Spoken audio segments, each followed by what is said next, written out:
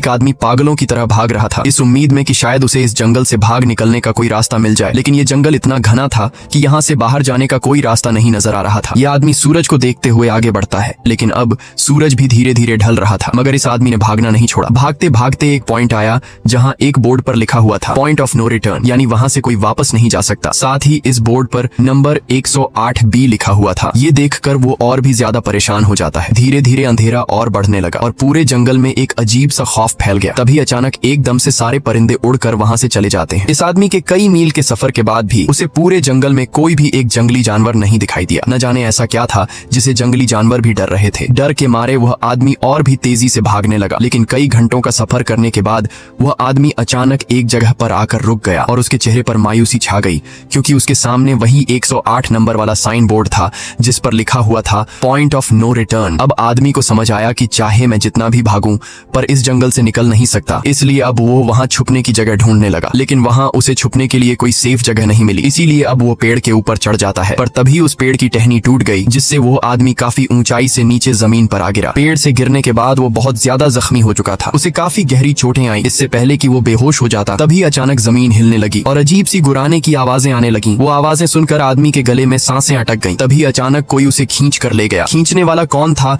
ये नहीं दिखाया गया, लेकिन हमें उस आदमी की दर्द भरी चीखें सुनाई दी गई। इस इंसिडेंट के 6 दिन बाद हमें शहर में मीना नाम की एक लड़की को दिखाया जाता है, जो एक बर्ड शॉप में काम करती है। तभी उसका बॉस आता है और मीना को एक गोल्डन पैरट को शहर से दूर एक जू में डिलीवर करने का ऑर्डर देता है। मीना बॉस की बात को मानते हुए अब उस पैरट को डिलीवर करने जाती है। मीना गाड़ी में बैठकर अपने मोबाइल में उस जू का लोकेशन सेट कर लेती है और अपने सफर पर निकल पड़ती है। शहर से बाहर निकलने के बाद वो एक बोर्ड पर बहुत सारे लोगों के मिसिंग फोटोज देखती है, यानी वहाँ पर कई सारे लोग गायब हो चुके थे। लेकिन मीना उन पर ज्यादा ध्यान नहीं देती और आगे बढ़ने लगती है। आगे बढ़ते दौरान मीना शॉर्टकट लेते हुए जंगल के रास्ते से गुजरती है ताकि वो जल्दी से इस पैरट को जू तक डिलीवर कर दे, और वो पहुंच गई जंगल के बीचों बीच। ये वही जगह है जहां हम पहले एक आदमी को गायब होते देख चुके हैं। वहां आकर मीना बुरी तरह से फंस चुकी थी। वो अपने मोबाइल पर मैप देखती है, लेकिन वहां मोबाइल के सिग्नल नहीं आ रहे थे और उसके कार का रेडियो भी काम नहीं कर रहा था। मीना अब वहां से वापस निकलने लगी, लेकिन अब उसे वहां से बाहर निकलने का रास्ता समझ नहीं आ रहा था। थोड़ी देर बाद मीना की गाड़ी भी खराब हो गई। मीना गाड़ी से बाहर निकलती है और उसे सामने लगा हुआ वही पॉइंट ऑफ नो रिटर्न वाला बोर्ड दिखाई देता है। मीना को कुछ समझ नहीं आता, इसीलिए वो पैरट के पिंजरे को हाथ में लेकर आसपास मदद ढूंढने आगे चली जाती है, लेकिन वहां आसपास किसी भी मदद का नामो निशान तक नहीं था। उसके बाद वो वापस उस जगह पर लौट आती है जहां उसने अपनी गाड़ी खड़ी की थी, लेकिन वहां से उसकी गाड़ी गायब हो चुकी थी। ये देखकर वो बहुत ज्यादा परेशान हुई। उसे लगा कि शायद वो उस जगह पर नहीं आई है जहां उसकी गाड़ी खड़ी थी, बल्कि ये किसी दूसरी जगह पर आ गई है और उसकी गाड़ी कहीं दूसरी जगह में खड़ी है, क्योंकि इस जंगल का हर एक पॉइंट एक ही जैसा दिखाई दे रहा था। अब अंधेरा भी गहरा होता जा रहा था। एकदम से पहले की तरह ही सभी परिंदे इन पेड़ों से उड़ जाते हैं। मीना को अब डर लगने लगा था, क्योंकि जमीन भी जोर जोर से हिल रही थी। मीना को वहां आसपास किसी के होने का एहसास होता है। तभी अचानक मीना को दूर किसी का साया नजर आया। मीना भागते हुए उसके पीछे आई, पर उसे वहां कोई भी नहीं मिला। तभी अचानक मीना को एक बूढ़ी औरत भागते हुए दिखाई दी। मीना भी दौड़कर उसका पीछा करने लगी। वो उससे मदद मांग रही थी, लेकिन वो औरत रुकती नहीं, तेजी से भागती रहती है। एक बार फिर मीना इस बूढ़ी औरत का पीछा करती है। अचानक वो बूढ़ी औरत फिर से गायब हो गई। मीना जब उसे ढूंढते हुए और आगे बढ़ी तो उसे दूर जंगल में एक बड़ा सा कमरा दिखाई दिया। वो बूढ़ी औरत उस कमरे के दरवाजे को खोलकर मीना से कहती है, अगर जिंदा रहना चाहती हो तो जल्दी से अंदर आओ। ये सुनते ही मीना बिना सोचे समझे दौड़ते हुए उस कमरे की तरफ गई। मीना के अंदर आते ही उसने गेट को लॉक कर दिया। मीना देखती है कि ये कोई अजीब सा कमरा है जिसमें एक बहुत बड़ा सा मिरर लगा हुआ था। उस बूढ़ी औरत के साथ यहाँ 2 और लोग भी थे। मीना घबरा कर उन लोगों से पूछती है, ये कौन सी जगह है? इस पर उस बूढ़ी औरत ने जवाब दिया कि इस जगह को हम दी कोब कहते हैं। मेरा नाम है मैडलिन, ये लड़की है कियारा और इस लड़के का नाम है डेनियल। बूढ़ी औरत मीना से कहती है कि अभी बातचीत का वक्त नहीं है, तुम जल्दी से हमारे साथ मिरर के सामने खड़ी हो जाओ, क्योंकि कोई हमें देखने आने वाला है। मीना पूछती है, आखिर हमें कौन देखने आ रहा है? तो वो बूढ़ी औरत उससे कोई जवाब नहीं देती। एकदम बाहर से अजीब सी आवाजें आने लगी। मीना डर के मारे पूछती है कि ये आवाज किस चीज की है? तो कियारा मीना को बताती है कि इन्हें हम वॉचर्स कहते हैं। वे शीशे के दूसरी ओर से हमें देख रहे हैं, पर हम उन्हें नहीं देख सकते। वे हर रात सूरज ढलने के बाद यहाँ आते हैं और हमें देखते रहते हैं जब तक सुबह का सूरज नहीं निकल आता। तभी शीशे के दूसरी तरफ से शोर आने लगा। मीना पूछती है, ये शोर कैसा है? उस बूढ़ी औरत ने बताया कि वॉचर्स तुम्हारे आने से खुश हैं, तुम्हें यहाँ देखकर तालियां बजा रहे हैं। मीना बुरी तरह से कंफ्यूज थी। वो जल्द से जल्द यहाँ से निकलना चाहती थी। मैडलिन जिन्हें वॉचर्स कह रही थी, न तो अब तक मीना ने उन्हें देखा और न ही किसी और ने देखा था। रात गुजर जाती है। सुबह होने पर ये लोग उस जगह से बाहर निकल आते हैं। मैडलिन बताती है कि वे वॉचर्स सिर्फ रात में ही बाहर निकलते हैं, दिन के वक्त हम लोग जंगल में आजाद घूम सकते हैं। मीना रात भर यही सोच रही थी कि कब सुबह होगी और जल्दी से मैं इस जंगल से बाहर निकल जाऊं, इसीलिए वह फौरन जंगल से बाहर निकलने का रास्ता ढूंढने लग जाती है। तब मैडलिन मैडलिन बाकी सबको उसे रोकने से मना कर देती है, जैसे कि वह जानती हो कि मीना इस जंगल से बाहर नहीं निकल सकती और वह जरूर वापस आएगी। बस मीना को जाते हुए मैडलिन बताती है कि तुम्हारा यह फैसला अच्छा नहीं है, इस जंगल से बाहर निकलने का कोई रास्ता नहीं है। रात होने से पहले हमें इस घर में वापस आना पड़ता है, अगर तुम लेट हो गई तो तुम अपनी जान से हाथ धो बैठोगी। मीना किसी की बात नहीं सुनती और अपने पैरेट को लेते हुए तेजी से आगे बढ़ती है। थोड़ा सा आगे बढ़ने पर उसे वहीं पॉइंट ऑफ नो रिटर्न वाला साइन दिखाई देता है। उसे देखकर वो घबरा तो गई, लेकिन उसने हिम्मत नहीं हारी और सूरज को देखकर सूरज की डायरेक्शन में आगे बढ़ती रही, पर जंगल से निकलने में कामयाब नहीं हो सकी। आगे चलकर रास्ता ही खत्म हो गया। मीना ने देखा कि वो एक पहाड़ के टॉप पर खड़ी है, जहाँ से आगे दूर दूर तक जंगल के सिवा कुछ भी नहीं था। इसीलिए वो मायूस होकर नीचे बैठ जाती है। तभी अचानक उसके कंधे पर किसी ने हाथ रखा। वो डर गई और जब उसने पीछे मुड़कर देखा तो वो बूढ़ी औरत मैडलिन थी। यहाँ मैडलिन उसे हौसला देती है और कहती है कि सिर्फ तुम ही नहीं जिसने यहाँ से निकलने की कोशिश की और हार गई, हम भी तुम्हारी तरह ही हार कर यहाँ रुके हैं। यहाँ से बाहर निकलने का कोई रास्ता नहीं, चलो मैं तुम्हें कुछ दिखाती हूँ। मैडलिन मीना को जंगल की तरफ लेकर जाती है। मैडलिन मीना से कहती है, ये जंगल एक शिकारी है और हम सब उसका शिकार, अगर जिंदा रहना चाहती हो तो हमारे साथ ही रहो। मैडलिन उसे पॉइंट ऑफ नो रिटर्न वाले काफी सारे साइन बोर्ड दिखाती है, जो कि जंगल के चारों तरफ गोल घेरे में लगे थे और उनके बीच में था उनका कमरा। मैडलिन बताती है कि ये हमारे घर से आधे दिन के फासले पर लगे हैं, अगर इसे आगे गई तो वापस लौटना मुश्किल हो जाएगा, इसलिए कभी भी यह तुम्हें नजर आए तो तुम इन्हें इग्नोर मत करना। मीना पूछती है, ये सब किसने बनाया? तो वो जवाब देती है, ये एक प्रोफेसर ने बनाया है, लेकिन अब तक उसे किसी ने देखा नहीं है। अब रात हो जाती है, ये लोग वापस उस घर के अंदर आ जाते हैं। हर रात वॉचर्स उन्हें देखने के लिए आते थे। आज कियारा नामी लड़की उनके सामने डांस करती है और कहती है ये सब उन्हें पसंद है। ऐसा नहीं था कि इन चारों को हर रात वॉचर्स के सामने खड़ा ही रहना पड़ता था। ये लोग जो चाहते वह कर सकते थे, बस ये लोग उनकी तरफ अपनी कमर नहीं कर सकते थे। ऐसा करने पर वो लोग बहुत ज्यादा गुस्सा हो जाते थे। रात में तो उन्हें सिर्फ वॉचर्स का मसला था, लेकिन दिन में भी उन्हें बहुत मुश्किलों का सामना करना पड़ता था। ये लोग जंगल से हर रोज अपना पेट भरने के लिए कुछ न कुछ शिकार करके लाते थे, जिससे उनका गुजारा हो जाता। अगले दिन कियारा और मीना दोनों जंगल में शिकार करने जाती हैं। मीना कियारा से पूछती है कि आखिर ये वॉचर्स चाहते क्या? कियारा बताती है, मुझे भी कुछ खास नहीं पता, लेकिन मैडलाइन कहती है कि ये वॉचर्स हमें देखते हैं, हमें ऑब्जर्व करते हैं, लेकिन अगर हमने वॉचर्स को देखा तो हम पागल हो जाएंगे, क्योंकि वॉचर्स बहुत ही खूंखार दिखते हैं। कियारा अब उसे एक गड्ढा दिखाती है और कहती है, ऐसे बहुत से गड्ढे इस जंगल में मौजूद हैं। दिन के वक्त सारे के सारे वॉचर्स उन गड्ढों में रहते हैं और रात में वो यहाँ से बाहर निकल आते। दिन के वक्त ये लोग इसलिए बाहर नहीं आ सकते क्योंकि सूरज की रोशनी उनकी स्किन जलाती है। कियारा मीना को बताती है कि वो 5 महीने पहले अपने पति के साथ इस जंगल में आई थी और तब से वो दोनों यहाँ फंसे हुए थे, पर आज से 6 दिन पहले मेरा पति जंगल में रास्ता ढूंढने निकला है। मुझे उम्मीद है कि वो जरूर वापस आएगा और हम सबको यहाँ से सेफली ले जाएगा। यहाँ हमें मालूम होता है कि असल में कियारा का हस्बैंड वही आदमी था जिससे हमने मूवी के स्टार्ट में देखा था, जिसे कोई यहाँ से खींच कर ले गया और अब वो मारा जा चुका है। इस तरह से बातें करते हुए ये दोनों कमरे के पास वापस लौट आए। यहाँ मैडलिन ने मीना को 3 रूल समझाती है जिंदा रहने के लिए। सबसे पहला ये कि वो रात के वक्त घर का दरवाजा नहीं खोलेगी। दूसरा, रात में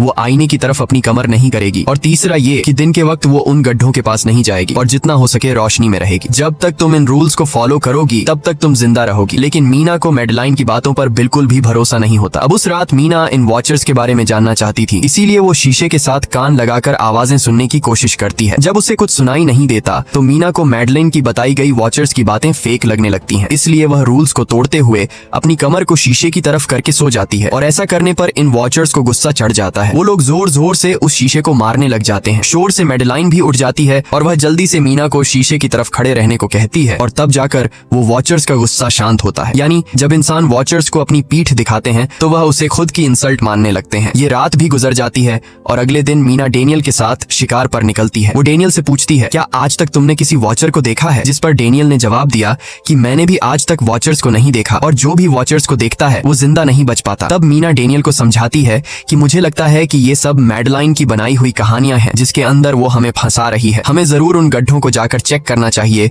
शायद हमें यहाँ से बाहर जाने का कोई रास्ता मिल जाए। डेनियल भी यहाँ रहकर बहुत ज्यादा तंग हो चुका था और वो भी किसी तरह से रास्ता ढूंढकर इस जंगल से भाग निकलना चाहता था, इसलिए वो मीना की बात मान लेता है और वो दोनों गड्ढे के पास पहुंच जाते हैं। अब मीना अपने आप को रस्सी से बांधकर इस गड्ढे के अंदर उतरती है। रस्सी का दूसरा सिरा डेनियल ने पकड़ा हुआ था ताकि अगर मीना को कुछ भी हो वो जल्दी से मीना को बाहर की तरफ खींच ले। मीना नीचे गड्ढे में पहुंच जाती है जहां उसे बहुत सारा इंसानों का सामान मिलता है। मीना उस सामान को इकट्ठा कर लेती है। ये सारा सामान उन लोगों का था जो जंगल में वॉचर्स के शिकार हो चुके थे। डेनियल रस्सी के सहारे कैमरा, साइकिल और जरूरत का सारा सामान को बाहर ले आता है। मीना अब नीचे इंतजार करती है कि डेनियल कब रस्सी नीचे फेंकेगा और मैं ऊपर चली जाऊंगी। और इससे पहले कि मीना उस गड्ढे से बाहर निकल पाती, उसे गड्ढे के अंदर किसी के आने की हलचल सुनाई देती है। मीना जल्दी से डेनियल को रस्सी नीचे फेंकने की आवाज देने लगती है, लेकिन तभी मीना को पकड़ने के लिए एक वॉचर का हाथ बढ़ने लगता है। पर मीना धूप में खड़ी थी, इसलिए जब उस वॉचर के हाथ पर सूरज की रोशनी पड़ी तो तो उसका हाथ जलने लगा। इतने में डेनियल ने नीचे मीना के पास रस्सी फेंकी और मीना फौरन जल्दी से बाहर निकल आई। मीना पूरी तरह से डर गई थी। ये लोग उस सारे सामान को लेकर अपनी सेफ हाउस में आ गए, जहाँ मैडलिन ने उससे पूछा, ये सामान तुम्हें कहाँ से मिला? ये लोग झूठ बोल देते हैं कि ये सामान उन्हें इस जंगल से मिला। मैडलिन को इस जंगल में रहते हुए बहुत अरसा गुजर चुका था। वो जानती थी कि ये सामान उसे जंगल से नहीं बल्कि एक गड्ढे से मिला होगा। वो मीना से पूछती है, बताओ तुमने गड्ढे के अंदर क्या देखा? लेकिन मीना उसे कुछ नहीं बताती। ये लोग बहुत खुश थे कि आज रात ये लोग वॉचर्स को देख पाएंगे, क्योंकि मीना को गड्ढे के अंदर एक कैमरा मिला था। डेनियल किसी तरह जुगाड़ करके उस कैमरा को टीवी के साथ अटैच कर लेता है ताकि ये लोग भी टीवी पर वॉचर्स को देख पाएं। मैडलिन बार बार उन्हें समझाती है कि ये तुम लोग गलत कर रहे हो, लेकिन ये दोनों उसकी एक बात भी नहीं सुनते। आज रात ये लोग वॉचर्स के इंतजार में बैठे थे ताकि उन्हें वो देख पाए, लेकिन काफी रात होने के बावजूद भी आज कोई वॉचर उन्हें देखने नहीं आया और अब कुछ देर बाद उनके साथ कुछ अजीब सा होने वाला था। ये लोग बातचीत में मसरूफ थे कि तभी उनका दरवाजा खटखटाया जाता है, यानी दरवाजे पर किसी ने दस्तक दी। उन्होंने जल्दी से टीवी की तरफ देखा तो वहां उन्हें इंसानी टांगे दिखाई दे रही थीं। बाहर जो कोई भी था वो कियारा के हस्बैंड की आवाज में बात कर रहा था और वो जल्दी से दरवाजा खोलने को कह रहा था। कियारा को लगा कि जरूर उसका हस्बैंड यहाँ से बाहर निकलने का रास्ता ढूंढ आया है। वो जल्दी से उठकर दरवाजा खोलने के लिए जाती है, लेकिन मैडलिन बीच में आकर दरवाजा खोलने नहीं देती। वो कहती है कि मैं जानती हूँ बाहर तुम्हारा हस्बैंड नहीं है, क्योंकि मैडलिन जानती थी कि रात के इस अंधेरे में कोई भी इंसान इस कमरे तक नहीं पहुंच सकता। लेकिन कियारा को मैडलिन की बातों पर यकीन नहीं होता और वो दरवाजा खोलने की कोशिश करती है, जिसके बाद मैडलिन कियारा से कहती है कि वो तुम्हें फंसा रहा है, तुम उसका इम्तिहान ले लो, तुम उसे कोई ऐसी बात पूछो जिसके बारे में सिर्फ तुम या तुम्हारा हस्बैंड जानता हो। कियारा बाहर खड़े हुए इंसान से एक किताब के बारे में सवाल करती है जिसके बारे में उसे पता होना चाहिए था, लेकिन जब बाहर खड़ा हुआ इंसान कोई जवाब नहीं देता तो ये समझ जाते हैं कि ये वॉचर ही है। ये लोग जब दरवाजा नहीं खोलते तो वॉचर उनके बाहर लगाए हुए कैमरा को तोड़ देता है और यहाँ हमें एक बात पता चलती है कि वॉचर्स इंसान के रूप में भी खुद को बदल सकते हैं। वॉचर्स उनकी इस हरकत पर बहुत ज्यादा गुस्सा हो गए थे। वे बहुत तेजी से शीशे को मारने लगे, जिससे शीशे में एक बड़ा क्रैक भी आ जाता है। लेकिन यहाँ मैडलिन समझदारी दिखाते हुए सबको लाइन से शीशे की तरफ खड़ा कर देती है, जिससे वॉचर्स का गुस्सा थोड़ा बहुत ठंडा हो जाता है और वे वहां से चले जाते हैं। अब यहाँ मीना मैडलिन को बताती है कि हमने गड्ढे में से ये सारा सामान चुराया था। ये सुनकर मैडलिन बहुत ज्यादा गुस्सा हो जाती है कि तुम लोगों ने दूसरा रूल भी तोड़ दिया। अगली सुबह मैडलिन उस गड्ढे से लाया हुआ सारा सामान उठाकर वापस उसी गड्ढे में फेंक देती है, जिससे उन वॉचर्स का गुस्सा थोड़ा शांत हो जाता है। मगर अब इन लोगों को जंगल में बहुत ही ज्यादा अजीब चीजें दिखाई देना चालू हो गई थी और उसका सबसे ज्यादा असर डेनियल पर होता है। डेनियल अचानक बात बात पर बहुत ज्यादा गुस्सा करने लग जाता है। दूसरी तरफ कियारा, जिससे पहले उम्मीद थी कि उसका हस्बैंड जिंदा है और वो यहाँ आकर उसे यहाँ से बचा लेगा, लेकिन अब उसे पता चल चुका था कि उसका हस्बैंड अब वापस नहीं आएगा, जिसकी वजह से वह अंदर ही अंदर पूरी तरह से टूट चुकी थी और वो डिसाइड करती है कि वह वॉचर्स के इन गड्ढों में कूदकर अपनी जान दे देगी, क्योंकि अब उसके पास जीने की कोई वजह नहीं रही। वह ऐसा करने ही वाली होती है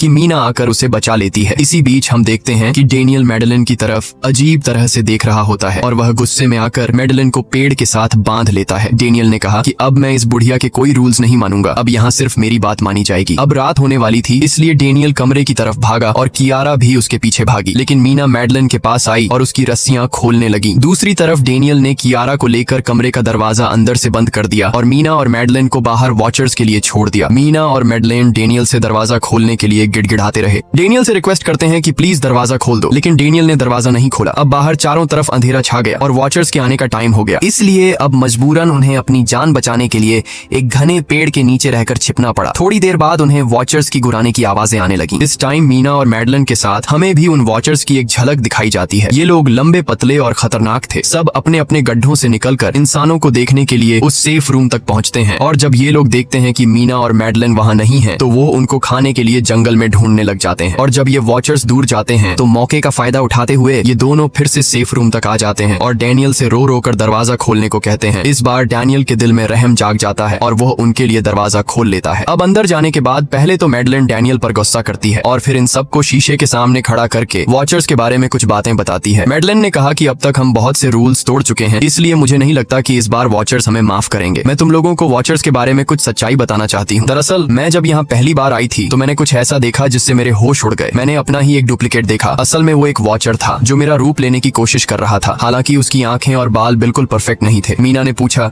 कि आखिर ये वॉचर्स हैं क्या चीज, जिस पर मैडलिन ने जवाब दिया कि ये सारे क्रीचर्स फेरीज हैं जो किसी जमाने में इंसानों के साथ मिलकर रहते थे। फेरीज पंखों वाले एक जादुई जीव थे, लेकिन वक्त गुजरने के साथ इंसानों को फेरीज की शक्तियों से डर लगने लगा, इसीलिए इंसानों ने फेरीज को खत्म करने का सोचा। इंसानों की तादाद ज्यादा थी, इसलिए फेरीज इंसानों का मुकाबला नहीं कर पाए। इंसानों ने इन फेरीज को जंगल में एक बहुत बड़े गड्ढे के अंदर कैद कर लिया और उन्हें श्राप से हमेशा हमेशा के लिए इस घड़े में बंद कर दिया। उसके बाद फेरीज कई 100 सालों तक उस गड्ढे में कैद रहे, लेकिन फिर वक्त के साथ उन्होंने जमीन के अंदर खुदाई करके निकलने के रास्ते बना लिए। आज वही फेरीज वॉचर्स के रूप में गड्ढों से निकलकर हमारे सामने आते हैं। हालांकि कई 100 सालों तक जमीन के अंदर रहने की वजह से उन्होंने अपने पंख और जादुई शक्तियां खो दी और साथ ही उन्हें सूरज की रोशनी से तकलीफ होने लगी, लेकिन अब भी उनमें रूप बदलने की शक्ति है। इस पर डैनियल ने मैडलिन से पूछा कि ये वॉचर्स हमसे क्या चाहते हैं और ये हर रात हमें देखते क्यों हैं, जिस पर मैडलिन ने बताया कि ये वॉचर्स एक बार फिर से जंगल से निकलकर इंसानों के बीच रहना चाहते हैं, लेकिन अपने असली रूप में ये इंसानों के बीच नहीं रह सकते। इसीलिए उन्होंने हमें यहाँ रखा हुआ है ताकि हमें देखकर हमारा रूप ले सकें और हमसे आज के दौर के तौर तरीके सीखकर इंसानों के बीच रह सकें। मैडलिन ये सब बातें बता ही रही थी कि अचानक सभी वॉचर्स वापस लौट आए और जब वॉचर्स को पता चलता है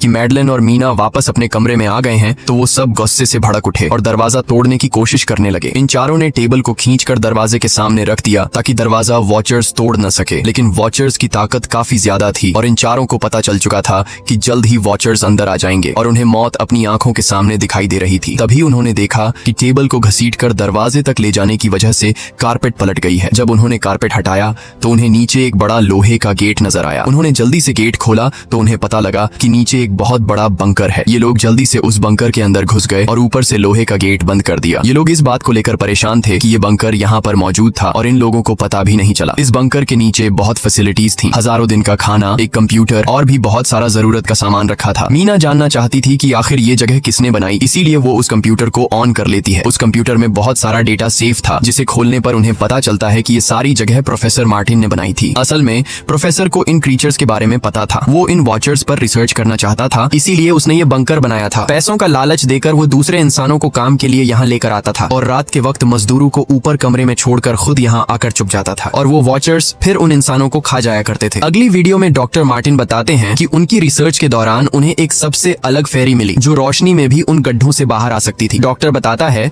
कि उस वॉचर ने एक बच्ची का बिल्कुल परफेक्ट रूप ले लिया था जिसे कोई पहचान नहीं सकता था। वो बहुत अच्छी थी, उसने डॉक्टर मार्टिन को मारा नहीं। डॉक्टर मार्टिन उसे यहाँ ले आया। तभी प्रोफेसर ने कैमरा को दूसरी तरफ मोड़ा। तब उन्होंने देखा कि प्रोफेसर ने उस छोटी सी बच्ची के रूप में आए वो क्रीचर को पिंजरे में कैद कर लिया है। पता नहीं डॉक्टर उसके साथ कौन सा एक्सपेरिमेंट करने वाला था। उस कंप्यूटर में बहुत सी वीडियोस थी और हर वीडियो में कुछ न कुछ बताया हुआ था। मीना बस ये जानना चाहती थी कि आखिर में क्या हुआ, इसीलिए वो सबसे आखिरी वीडियो प्ले करती है जिसमें वह देखती है कि प्रोफेसर खुद को और उस फेरी को मारने वाले हैं। मरने से पहले वह इस जंगल में फंसे हुए लोगों के लिए यहाँ से निकलने का रास्ता बता देता है और कहता है कि शाम में जिस डायरेक्शन में परिंदे भागते हैं उस डायरेक्शन में भागने से वे लोग इस जंगल से निकल सकते हैं। उसने इस रिकॉर्डिंग मैसेज में कहा था कि अगर कोई इस जंगल से निकलने में कामयाब हो गया तो यूनिवर्सिटी में जाकर मेरी सारी रिसर्च तबाह कर देना। मैंने यहाँ आकर बहुत बड़ी गलती कर दी। उसके बाद प्रोफेसर ऊपर चले गए और फिर 2 गोलियों की आवाज आई जिससे उन्हें समझ आया कि प्रोफेसर ने पहले उस फेरी को मारा और फिर खुद को गोली मार दी। आज रात ये चारों बहुत खुश थे क्योंकि उन्हें इस जंगल से जान छुड़ाने का रास्ता मिल गया था। अगली सुबह सभी लोग अब बंकर से बाहर निकलते हैं तो देखते हैं कि उनका सेफ हाउस उन वॉचर्स ने पूरी तरह तबाह कर दिया है और आज के दिन उन्हें लाजमी इस जंगल से निकलना होगा वरना ये लोग मारे जाएंगे क्योंकि रात को अब उनके पास छिपने के लिए कमरा भी नहीं बचा था। ये लोग अब यहाँ जंगल से निकलने के रास्ते में बढ़ने लगते हैं। वो परिंदे जिनके बारे में प्रोफेसर बता रहे थे वे तो शाम को उड़ने वाले थे, लेकिन उन्हें शाम होने से पहले जंगल से बाहर निकलना था। इसलिए मीना अपने पास मौजूद पैरेट को आजाद कर देती है। जिस डायरेक्शन में वह उड़ता है उसी डायरेक्शन में ये लोग चलने लग जाते हैं। चलते हुए रास्ते में ही उन्हें एक कब्र मिली। मैडलिन उस कब्र को देखकर बताती है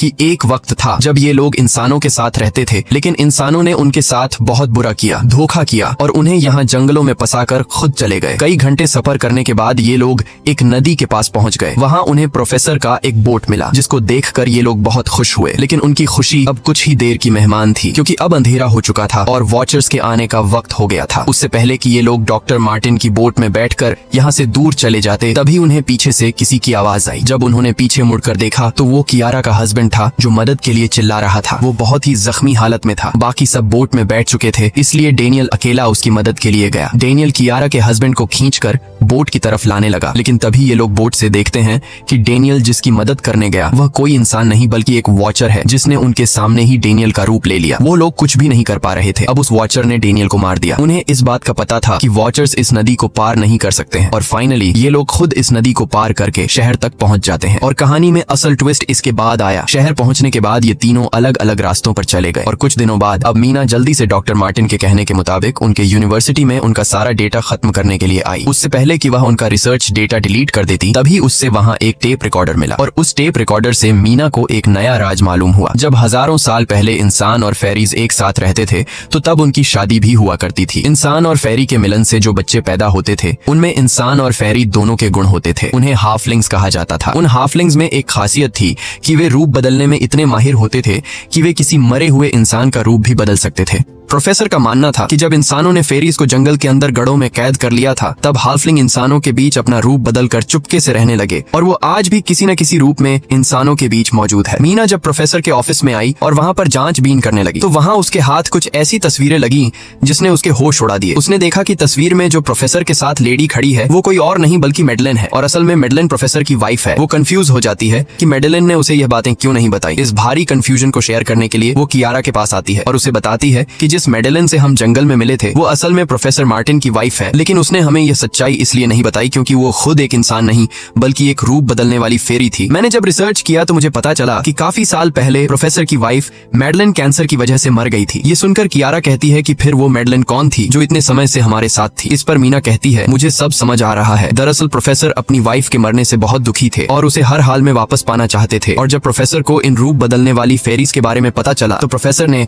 उस रूप बदलने वाली फेरी को पिंजरे में कैद किया जो एक बच्ची का परफेक्ट रूप लेकर उनके पास आई थी। प्रोफेसर ने अपनी वाइफ की फोटो दिखाते हुए उस फेरी को अपनी वाइफ मेडलिन जैसा बना दिया क्योंकि वो फेरी बाकी फेरीज से अलग थी। वो दिन में भी बाहर आ सकती थी। मीना ने कहा कि मैंने मेडलिन को यहाँ बुला लिया है, हमें किसी तरह से करके उसे वापस जंगल भेजना होगा। तभी एक कार वहाँ आकर रुकी। जब उस कार से जो इंसान उतरा उसे देखकर मीना के गले में सांस अटक गई। वो कियारा थी, यानी कि अब तक जो मीना के साथ थी वो मेडलिन थी। उसने कियारा का रूप ले रखा था। कियारा जैसे ही घर के अंदर आई तभी मेडलिन ने कियारा के हस्बैंड के रूप में बदलकर उसे बेहोश कर दिया। मीना ने मेडलिन से कहा आखिर तुम चाहती क्या हो, जिस पर मेडलिन गुस्से में आकर कहा मैं फेरीज की सबसे अलग मखलूक हूँ। मेरे सभी साथी बचपन से मुझे चिढ़ाते थे, वो मुझे अपने साथ नहीं रहने देते क्योंकि मैं सबसे अलग थी। मैं उस जंगल में अकेली पड़ चुकी थी और मैं उस जंगल से निकलकर बाहर लोगों के साथ मिलकर रहना चाहती थी। फिर एक दिन प्रोफेसर उस जंगल में आया, उसने मुझे पिंजरे में कैद कर लिया। उसने मुझसे कहा कि अगर मैं उसकी वाइफ का रूप ले लूं तो वह मुझे जंगल से बाहर ले जाएगा। मैंने उसकी बात मान ली। प्रोफेसर ने मुझे मेडलिन की सारी बातें सिखाई और बाद में उस धोखेबाज प्रोफेसर ने मुझे मारने की कोशिश की, लेकिन उससे पहले कि वो मुझे मार पाता मैंने उसे ही मार डाला। तुम इंसान कभी भी भरोसे के लायक नहीं थे और न ही रहोगे। अब तुम भी मेरी सच्चाई जान चुकी हो, इसलिए तुम्हें भी मरना होगा और तुम्हें मारने के बाद मैं तुम्हारे रूप में इंसानों के बीच रहूंगी। यह कहकर मेडलिन ने मीना का रूप ले लिया और उसका गला दबाकर उसे मारने लगी। तब मीना ने मेडलिन से कहा कि क्या प्रोफेसर ने तुमसे यह नहीं कहा कि तुम क्यों दिन में निकल सकती हो? असल में तुम हाइब्रिड हो, आधी इंसान और आधी फेरी, इसीलिए तुम इंसानों और फेरीज के बीच रह सकती हो। मुझे पता है कि दुनिया में अकेला रहना कैसा होता है, लेकिन तुम अकेली हाफलिंग नहीं हो। तुम्हारे जैसे और भी हाफलिंग्स हैं जो किसी न किसी रूप में इंसानों के बीच रह रहे हैं। इस सच्चाई का पता चलते ही मेडलिन का शरीर अचानक अपने असली रूप में आने लगा। देखते ही देखते उसके पंख निकल आए, जिसके बाद वो मीना को यहीं पर छोड़कर यहाँ से उड़ जाती है। इसके बाद कुछ हफ्तों के बाद का सीन दिखाया जाता है जहाँ मीना अपनी सिस्टर के साथ रहने लगी है। उसने अपनी सिस्टर को बताया कि शायद वो फेरी अभी भी मेरा पीछा कर रही है। तब मीना की सिस्टर उसे कहती है कि तुम डरो मत, ऐसा कुछ नहीं है। और कहानी के एंड में हम एक छोटी बच्ची को देखते हैं जो कि उस वक्त मीना के घर के नीचे खड़ी थी। ये कोई और नहीं बल्कि मेडलिन थी जो अब उनके दुनिया में उस रूप में रह रही है। और इसी के साथ ये कहानी खत्म हो जाती है। अगर आपको ये वीडियो अच्छी लगी हो तो हमारे चैनल को सब्सक्राइब और वीडियो को लाइक जरूर कीजिएगा।